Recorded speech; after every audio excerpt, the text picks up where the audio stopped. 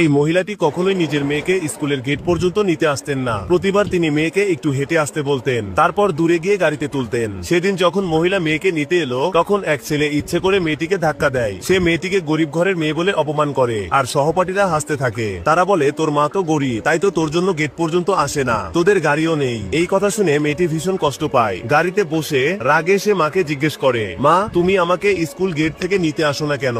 মা হাসি মুখে বলেন, বাবু আমরা আমাদের সম্পত্তি লুকিয়ে রাখি। যদি সবাই জেনে যায় যে তুমি সবচেয়ে ধনী মানুষের মেয়ে, তাহলে তুমি কখনো সত্যিকারের বন্ধু পাবে না। মেয়েটি তখন মায়ের কথার মানে বুঝে যায়। এরপর সে ফোনে মায়ের একটা ছবি তুলে বাবাকে পাঠাতে চায়, কিন্তু ভুল করে সেই ছবি স্কুলের প্যারেন্টস গ্রুপে পাঠিয়ে দেয়। ছবিটা দেখেই সবাই সেই মহিলার প্রশংসা করতে শুরু করে, কিন্তু একজন অহংকারী মহিলা, যিনি নিজেকে গ্রুপের সিওর স্ত্রী বলে দাবি করতেন, তিনি হিংসায় জ্বলে ওঠেন। তিনি বলেন, এই লাক্সারি গাড়িটা তো আমার স্বামীর। তারপর তিনি আর কিছু মহিলা মিলে সেই গাড়ির কাছে চলে আসেন, যেন প্রমাণ করতে পারেন যে আগের মহিলা মিথ্যে বলছেন। মহিলা যখন দেখলেন গ্রুপে শেয়ার করা গাড়ির ছবিটা আসলেই তার নিজের গাড়ির মতো, তখন তিনি অবাক হয়ে যান, কারণ সেই গাড়ি চালাতো মাত্র দুইজন ড্রাইভার। তিনি নিজের ড্রাইভারকে জিজ্ঞেস করেন, গাড়িটার যত্ন নেয় কে? ড্রাইভার যখন দ্বিতীয় ড্রাইভারের নাম নেয়, তখন অহংকারী মহিলার মুখ ফ্যাকাশে হয়ে যায়, কারণ সেই দ্বিতীয় ড্রাইভারই ছিল তার স্বামী। সত্যি তখন ফাঁস হয়ে যায়। সে মহিলা তার স্বামীর পদমর্যাদার সুযোগ নিয়ে মিথ্যা বলেছিল যে সে সিওর স্ত্রী। এমনকি এই মিথ্যাও বলেছিল যে